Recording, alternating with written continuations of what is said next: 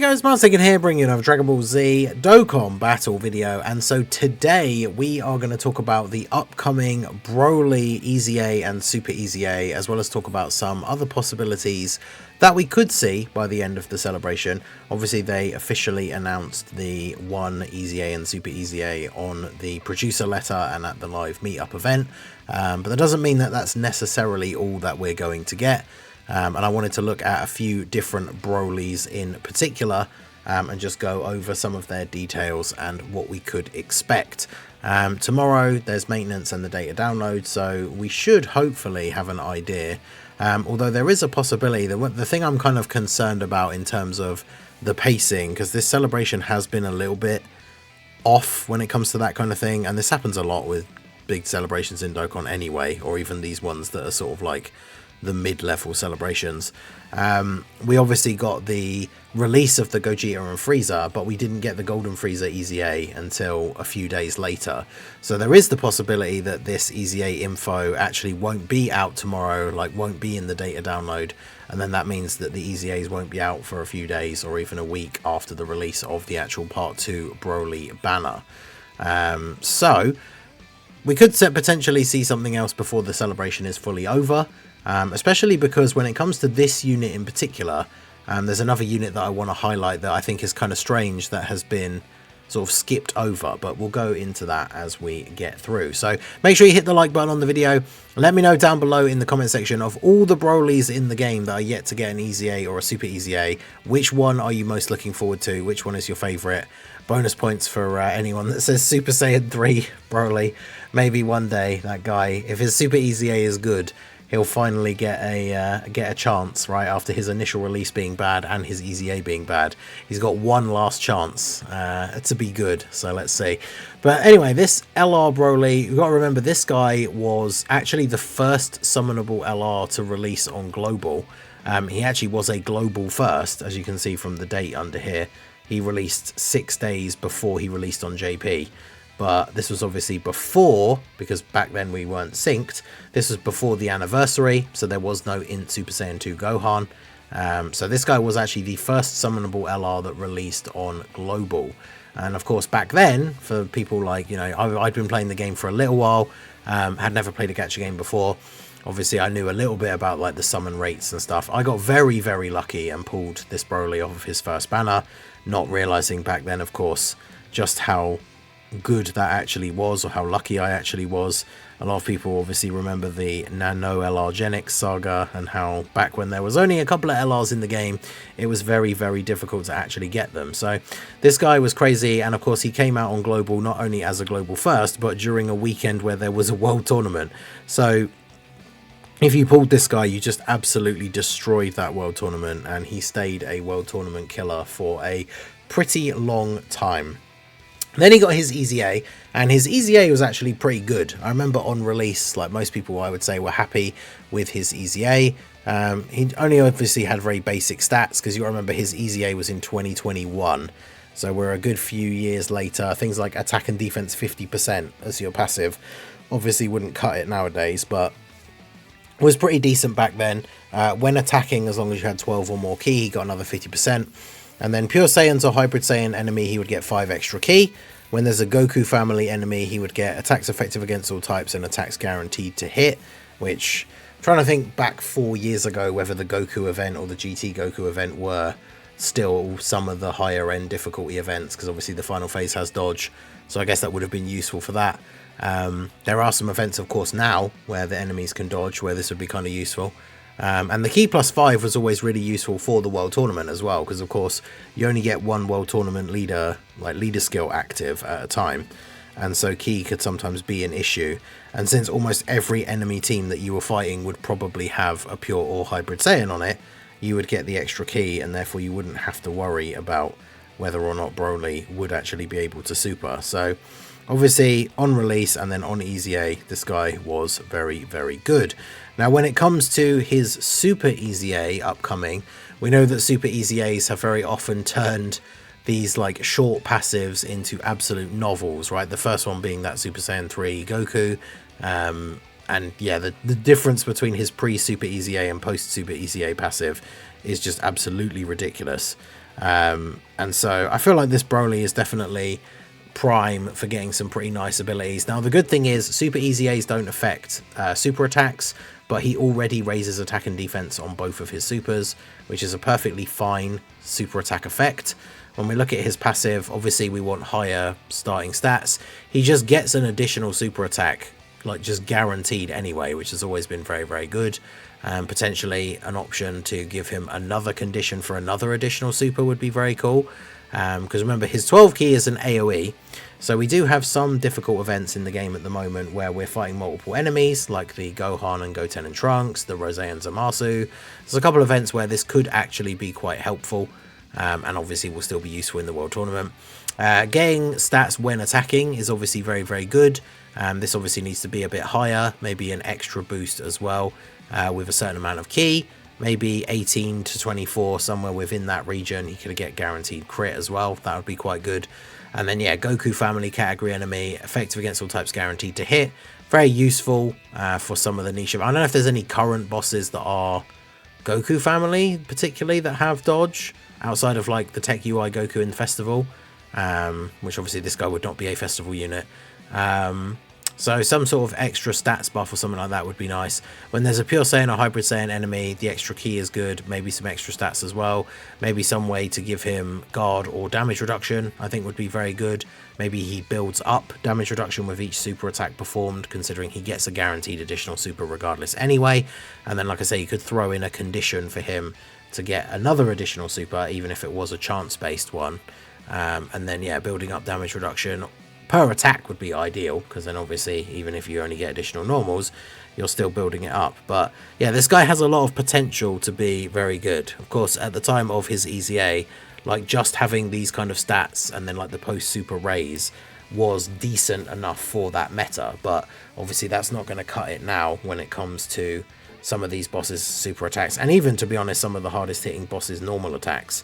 So this guy is primed for a strong super EZA, as long as they do give him some decent defensive mechanics, but definitely looking forward to it.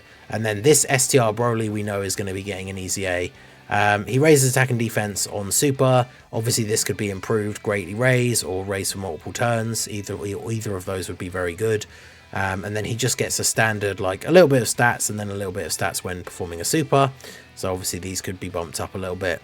Disables enemy's guard with 2 or more key spheres obtained is not really of any sort of real importance. All that really does is make it so that he can do decent damage to AGL enemies without needing to crit, which is what it is. Additional super when there is 6 or more key spheres obtained. Now this obviously could do with being reduced, especially because, as you can see from the rest of his kit, he doesn't actually create any kind of orbs himself. So one of the things that would be very, very good for this guy is for him to be a rainbow orb changer.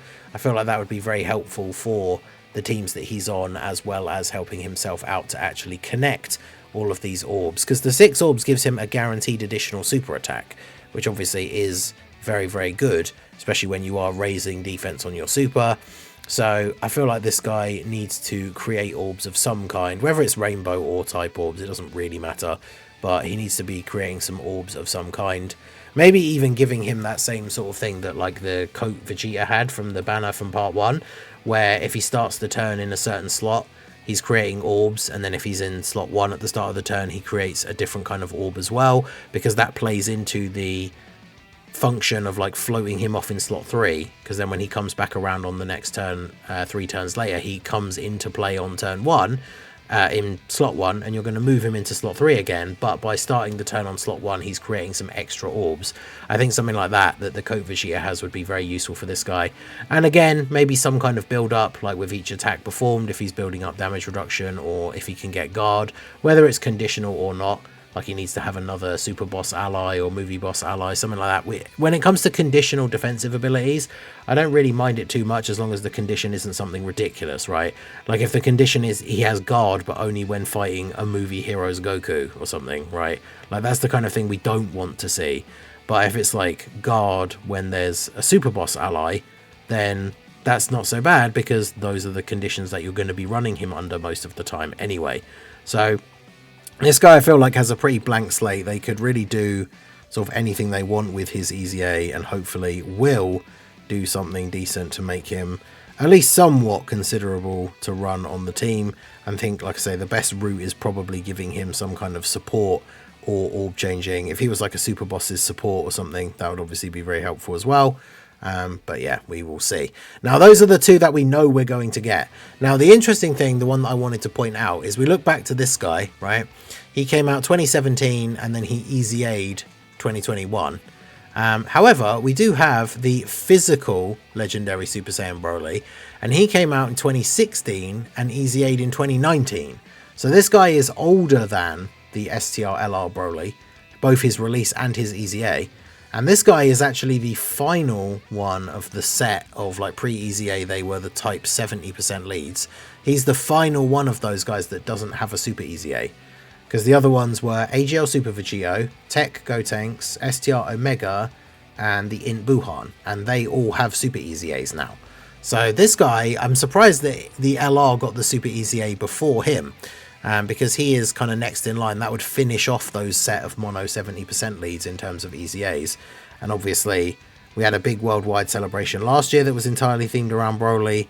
Now we have Broly as the Part 2 LR for this celebration. It kind of feels like this guy not getting a Super EZA in this celebration is kind of a miss, because, like, when is he going to get one then after this? I mean, like, in terms of celebrations, I mean, he could fit into any sort of movie bosses, planetary destruction, like Inhuman Deeds, even Full Power. Like, he fits into a bunch of other categories. So if we got a new Dokkan Fest or like a new movie boss lead or something like that, like, this guy's Super EZA would still sort of make sense in that celebration. But outside of a Broly, or I guess like a Turles, there's not really any movie bosses characters that he's going to fit super well with in terms of things like links, right? Especially because these Brolys never have big bad bosses. I mean, if a new Turles came out and obviously had things like Saiyan Warrior Race and Saiyan Lineage, then I guess this guy would be fitting for that celebration. But I'm kind of surprised that he is not getting a Super EZA. He is an infinite stacker as well, and with them releasing another festival mission, which most of us are assuming is going to be extreme based, right, because of the Part 2 and the Part 1, to be fair, both being extreme tech units, I feel like the festival mission is going to have something to do with using extreme characters of a specific typing, and so it would make perfect sense for this guy to be getting a Super EZA, and then one of the extreme typings for that festival mission being extreme physical. Because this guy gets a little bit of stats and key and an additional super attack when attacking, and then he builds up crit chance of each attack performed up to 40%. I could see this quite easily. Now that they are allowing characters to build up to 100%, this could quite easily be builds up like 10% or something, because it takes him a long time actually to get up to the full. He has to attack 20 times. So, I mean, they could just make it 5% crit chance up to a maximum of 100. And yeah, he already gets an additional super, just like we said with the LR. Perhaps give him like a condition for another additional super. So then on his best turn with the hidden potential, he could get like 4 super attacks off, which is 4 stacks. He's obviously a Super EZA, so they can't change the super attack effect to being greatly raised or anything like that. However, they could have something in his passive like the new Wrathful Broly, where he's stacking on super, but his passive also is building up with attacks that he performs or receives.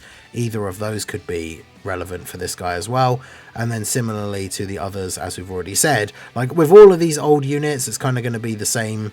We're going to say the same thing about all of them, in the sense that one of the major things they really need to do is give them some sort of better defensive mechanic, because all of these guys come from a much older era where not many units got things like guard or damage reduction, and it wasn't a common thing, and it wasn't as necessary to survive the most difficult content back then. Whereas this guy, even if they bump up his stats, give him that extra crit chance, and give him a couple of like ways to get extra supers, it's still not going to be enough outside of something like Festival for him to actually be defensively viable enough in the most difficult content. So that's the thing. I don't want to always say with every one of these EZAs, like, just give him guard, just give him damage reduction, but those are the kind of things that they do need to do for these older units in order for them to actually be relevant again. And then, of course, there is the option that some people have mentioned already, and a couple of people are disappointed that it's not something that they announced, is the possibility of the actual original Wrathful Broly actually getting a Super EZA. Now, obviously that goes against what we know, at least so far, where when Super EZAs first started becoming a thing, they basically said that they're starting off only doing Dokkan Fests and LRs. But I've had a couple of people say, and I haven't gone back to check it myself, to be fair, but a couple of people have told me that the original post says that they're starting with only doing Dokkan Fests and LRs. So the implication is there that at some point a non-Dokkan Fest or LR will get a Super EZA. And we've already talked in the past about examples like Marseillan or the AGL Tapion, where they're not technically Dokkan Fest exclusives, but they do have their own Dokkan Fest event with their own medals and everything. So potentially they could fit them under the umbrella of units that could get a Super EZA. But this guy's not really the same as them, so I do feel like it is probably unlikely, which is a shame because this guy was really cool when he first came out, and obviously until now was the only Wrathful Broly in the game. But they gave him an EZA straight away, so even though he was useful at the time, as soon as he then started to age out, that's just it, right? And this guy's never had a chance to be relevant again because he already had an EZA, which is why it's not great for them to EZA characters immediately on release. So I don't think this guy will get a Super EZA. In terms of this guy, like getting 2 Super EZAs in one celebration, I think is probably a little bit unlikely. I'm just very surprised, as I've already said, that this guy didn't get his over the LR. I mean, the LR probably just is more hype, even though they're both very similar. I mean, considering when they're both out in the game, their super attack animations are pretty similar. Obviously, they have the same sprite, the same name. So they're very similar units, but the physical one is just a lot older and is the final Super EZA to fit into that set of 70% leads. But when we look at the other Broly characters who are actually left to EZA or Super EZA, there aren't really many other options. Obviously, way too soon for the 9th anniversary Broly. Plus, we know he'll be part of a future anniversary in terms of the EZA. This physical Broly from Dragon Ball Super, like, probably way too early for him to get a Super EZA.